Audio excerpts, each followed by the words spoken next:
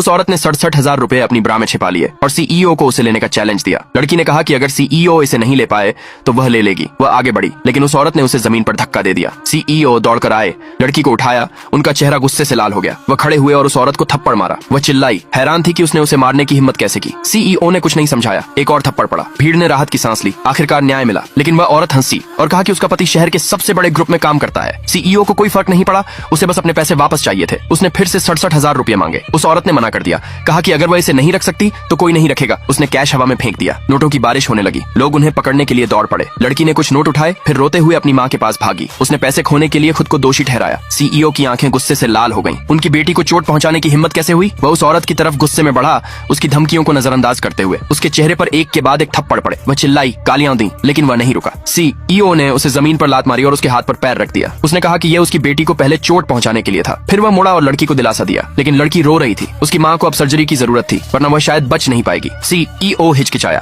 फिर उस औरत को अपनी बाहों में उठा लिया। वह डॉक्टर ढूंढने के लिए भागा, लेकिन तभी उस औरत का पति आ गया। अपनी पत्नी की झूठी कहानी सुनकर उसने सीईओ पर चिल्लाया। उसने कहा कि अगर सीईओ ने माफी नहीं मांगी तो आज कोई भी हॉस्पिटल से बाहर नहीं जाएगा। सीईओ ने धीरे से उस औरत को नीचे उतारा और ठंडी नजरों से उसकी तरफ देखा। इस बार वह पीछे हटने वाला नहीं था।